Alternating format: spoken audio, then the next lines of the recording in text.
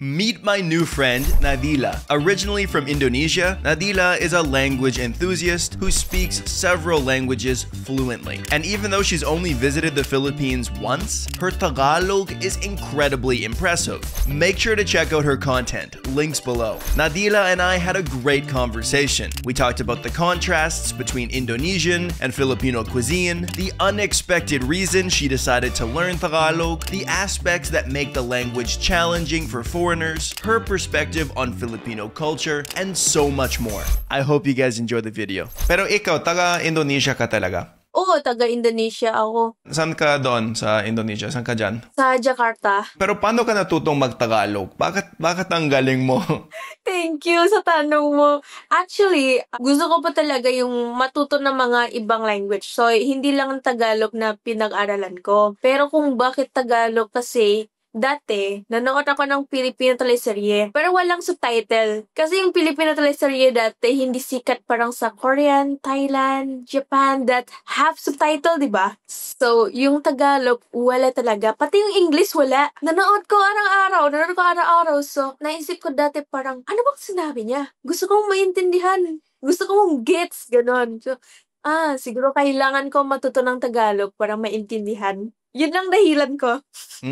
Yun lang. Wow, parang chismosa ka. Gusto mong malaman yung sinasabi nila.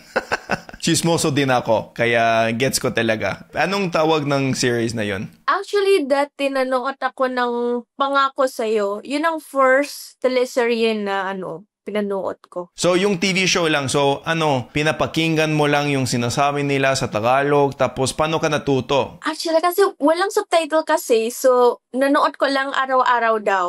Naintindihan ko po sila mula sa galing sa expression nila, galing sa intonation. Kung malungkot sila, kung umiyak sila, ito po ang parang galit na siya, ganon.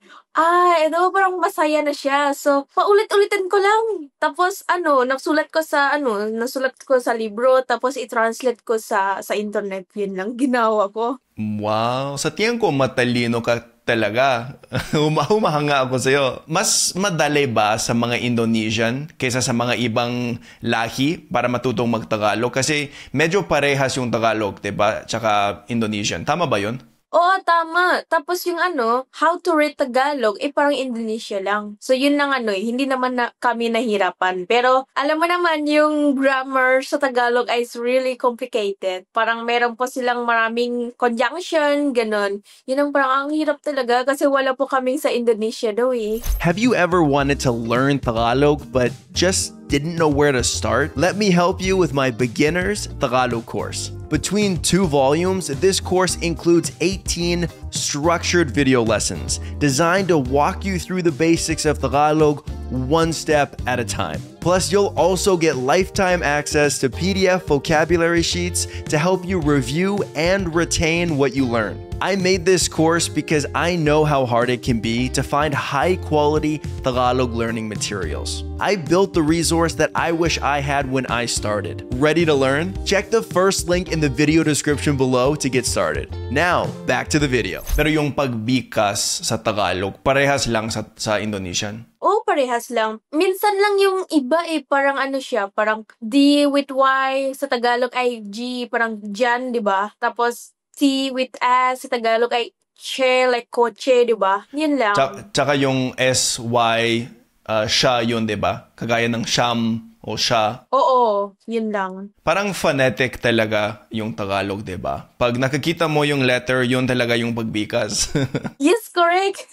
Meron na sinasabi na parang pinakamadaling wika yung Indonesian kasi medyo simple daw yung grammar. Ano sa palagay mo? Tama ba yun? Sa tingin ko, bilang Indonesia, para sa akin, tama yun. Kasi wala po kami parang past, present, and future word. Katulad ng Tagalog, kagaya ng Tagalog or English. Kaya nga po, kung foreigner, learn Indonesia, parang mas madali. Tapos yung natural lang, wala po kaming tone sa Indonesia. Natural lang. Wala po kaming... Walang tone kagaya ng Thai o Vietnamese o ganun? Oh, wala po kami. Kasi sa Tagalog, meron mga simple lang sa grammar, 'di ba? Tapos meron mahirap talaga, bigla. Kagaya ng sinabi mo sa mga verb conjugation, maraming itsura ng bawat na salita sa Tagalog. O yung verbs lang, 'di ba? Pero mahirap talaga yun. Kasi may maraming conjugation ng past tense, future tense, ganun, present tense.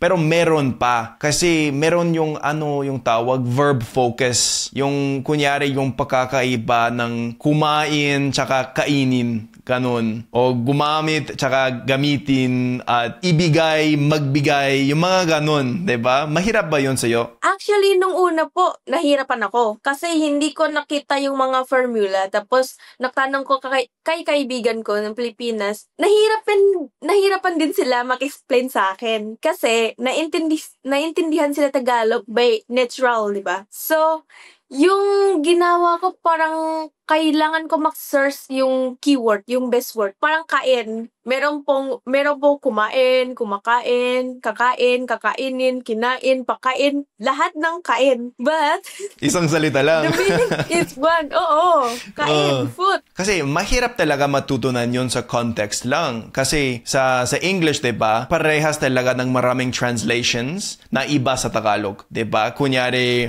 anong gusto mong kainin? Okay, dapat kainin yung gamit mo dito, 'di ba? Kainin, anong gusto mong kainin? O kumakain ako, 'di ba? Kumakain ako. Dapat kumain, hindi I-I-N, 'di ba? Pero sa context lang, pag tinitranslate mo yon, eat. Sa English, to eat, eating. Yun lang, walang pakakaiba. Isang verb lang, 'di ba? At saka sa inyo, parehas daw. Sa Indonesian, walang verb conjugation. Kaya sa context lang, paano mo matatutunan yun, 'di ba? Ako naman, kung paano, actually, kasi nanonood ako ng Filipino teleserye, ibig sabihin na nagsalita po sila ng mga araw-araw sentence. So, I repeat it. Parang shadowing ko sila. So, sila po ang mirror ko eh. Kahit anong sinabi nila, paulitin ko. Kahit hindi pa ko alam anong ibig sabihin yan. Basta yung dila ko, parang bagay ng magsalita ng Tagalog. Yun ang importante muna. Kahit hindi pa ko naintindihan anong meaning yan. Tapos, kung alam ko naman yung sentence, tapos, naksulat ko sa libro ko. And then, i-search ko anong meaning yan.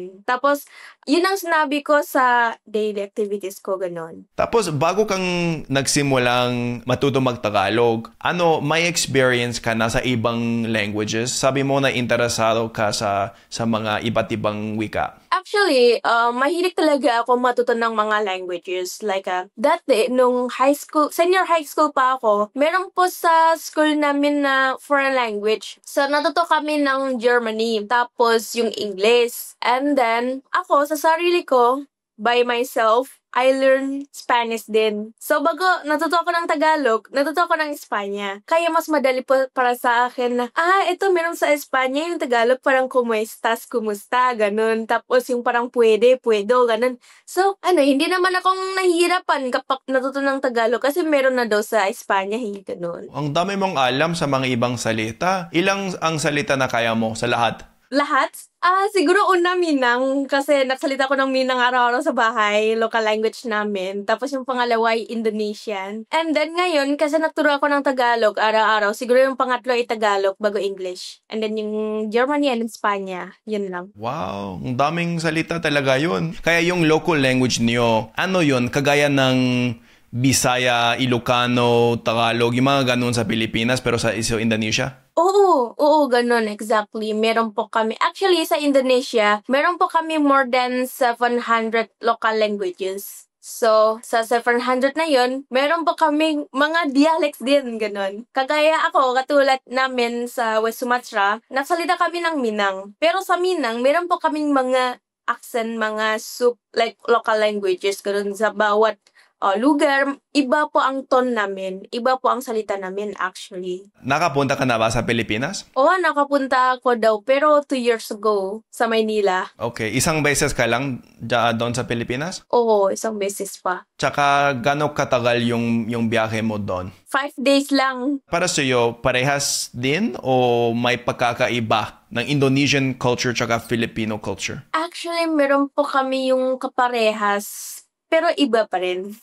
Yung Indonesia, alam niyo naman, kung punta ka sa Indonesia, Indonesia ay isang bansa na majority by Muslim. Pero Filipino, majority by Catholic. Pero yung yung vibes niya ay parang parehas talaga eh. Parehas lang. Pero para sa akin, nung nagpunta ako sa Pilipinas, siguro yung iba, nahirapan ako maghanap ng pagkain. Kasi alam niyo naman, hindi ko pwede. Bawal ako kumain ng baboy. Pero yung tao, mabait po sila, parang welcome na welcome. Tapos mga Filipino, mabait talaga, parang good morning ma'am, good evening ma'am, parang okay, ang bait sila, ganun. Yung weather, alam niyo naman, sa Indonesia at Pilipinas, same lang kami. Mainit. Tapos yung traffic, parehas din. Tapos yung kultura, parang meron po siyang mga more than 100 local languages. Kami meron din. Tapos meron po silang mga traditional pagkain. Kami meron din kami. Pero yung Indonesia siguro mas maanghang po ang pagkain namin dito sa Indonesia. Tapos yung Pilipinas, mas maasim po sila. O minsan matamis din yung pagkain nila, diba? Oo, minsan matamis tapos maasim kasi maraming suka eh. Kapag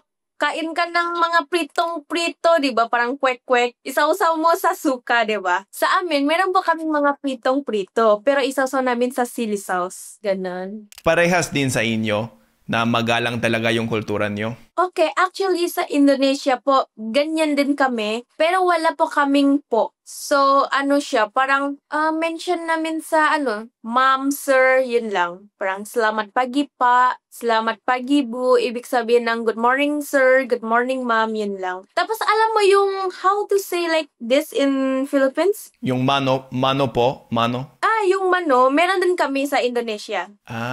Okay, para sa mga mas matanda, yung mano. Oo, para sa mga mas matanda, oo. Pero dapat sa sa kanan kamay ng kanan kami. Sa kanan kamay kami. Hindi pwede sa kaliwa. Kasi minsan nakita ko na mga Filipino pwede rin sa kaliwa. Pero sa amin, sa kanan ang lahat yung mga mabuting ginawa, ganun. Oh, talaga ba? Bakit ganun? Kasi siguro yung stereotype namin sa Indonesia ay parang yung kaliwa ay hindi mabuting kamay. So, dapat yung mga mabuti ginawa mo sa kanan. Pati yung, if you give someone something, you have to give with the right hand. Like, bumili ka ng pagkain, tapos bigyan mo yung pera, dapat sa kanan. And you have to take it in with the kanan kamay too. Tsaka yung blessing, yung mano po, sa Pilipinas, galing Spanish yun, diba? Yung salita, mano. Kasi mano, ibig sabihin kamay sa Spanish. Anong tawag sa inyo sa Indonesia sa blessing na yun? Salim. Salim. Yeah, salim. Okay, interesante yun na may parehas din sa inyo. Akala ko sa Pilipinas lang, pero hindi pala. Tsaka sa pagkain, sabi mo na mas maanghang daw sa Indonesia kaysa sa Pilipinas. Ano pa sa pagkakaiba ng pagkain nyo? So, mas onting pork yata sa Indonesia kaysa sa Pilipinas, di ba? Mas konting pork kasi majority kami by Muslim. Pero kung meron pa kami yung probinsya na majority by Catholic din, by Christian, ganon. Kung napunta ka sa East Indonesia, parang sa Sulawesi, yung ang isla na mas malapit, pinakamalapit sa Pilipinas, majority by Christian sila. So, ang pagkain nila ay parang mas maraming push silang pork, ganon. Tsaka sa tingin ko sa Pilipinas, sa Mindanao kunyari, kung saan may mas maraming Muslim, mas onte talaga yung baboy, di ba? Hindi pa ako nakapunta sa Mindanao, pero sa tingin ko, sila din hindi kumakain ng baboy. Para sa iyo, anong bansa sa Southeast Asia na pinakamalapit sa kultura? Siguro kung pwede kong sabihin na Pilipinas at Malaysia. Pero alam nyo, Indonesia ay mas kamukha po kami sa Pilipinas kesa Malay. Kahit yung language namin, naintindihan kami sa isa't isa, Indonesia at Malay. Pero yung mukha namin ay mas parehas kami sa Pilipinas kaysa sa mga Malay, ganoon. Kaya noon nasa Pilipinas ka, akala nila na Filipino ka talaga? Na Pinay ka? Oo, akala kanila parang, uy, taga Mindanao ka. Hindi, Indonesian ako po. Puro Indonesia ako po. Ganun. Hindi ganun para sa akin. So, Alam nila kaagad na hindi ako Pinoy. Pero puro ano po kayo? Purong Canada po kayo? Canadian talaga. Kaya halata talaga. Minsan meron sinasabi sa akin, kung nagtatagalog ako, sasabihan nila sa akin, ay, sa tiyan ko, Pinay yung nanay mo, 'di ba? Sabi ko, hindi. Oo, o Pinay yung asawa mo, ganon. Maraming parehas na tanong, 'di ba? Para sa akin, kung may lahing Pinoy ako, kung may asawang Pinay ako, kung nakapunta na ako sa Pilipinas, yung mga ganon. Anong mga tatanungin nila sa'yo? Siguro same lang. Kasi, palagi ako nag-live sa, sa Instagram, sa TikTok. Tapos, tanong nila ay parang, ate, saan banda ka sa Pilipinas ko yan? Eh, hindi.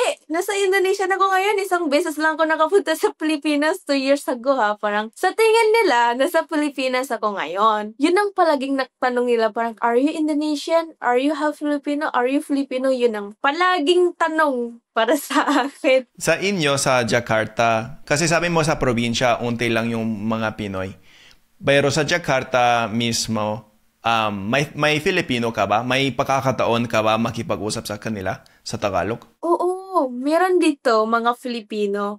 At yung importante, kasi dito po meron, di ba, embassy ng Philippines. Kung may event nila, pwede naman akong sumali dyan. Pwede naman ako makita ng mga Pinoy. Yan ang mas malaki ang chance ko kapag sa Jakarta. And then, kung gusto ko rin pumunta sa Pilipinas, diretso lang ang flight ko. Hindi ko kailangan mag-transit, ganun. Okay, sa tingin ko ubos na yung mga tanong ko. Pero may bagong segment ako. Parang fast talk or rapid fire questions yung tawag.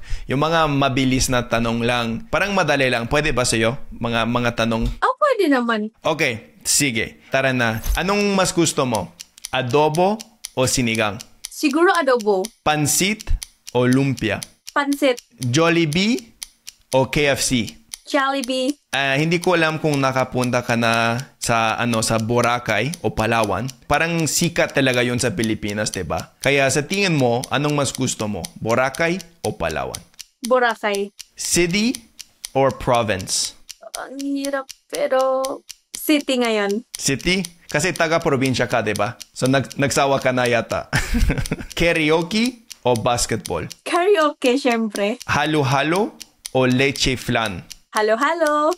Beach or bundok? Beach. Tag-ulan o tag-init? Tag-init. Tag-init? Sabi mo na parehas daw yung panahon sa Indonesia, di ba? Kaysa sa Pilipinas. May tag-ulan tsaka tag-init din sa inyo? Opo. OPM o K-pop? OPM, syempre. Siyempre. Eat Bulaga o It's Showtime? It's Showtime. Anong mas gusto mo? Yung traffic sa Maynila o sa Jakarta? Sa Jakarta. Mas marami pang traffic sa Maynila kaysa sa Jakarta? Oo, kasi kung may traffic sa Jakarta, pwede naman akong maglakad na diretso. Sa Maynila, parang hindi ko sure. Mas mahirap maglakad sa Maynila kasi mas onte yung sidewalk sa tingin ko. Oo, dito malaki. Okay, yun lang. Lahat ng mga tanong ko. Maraming salamat ha. Maraming salamat din po.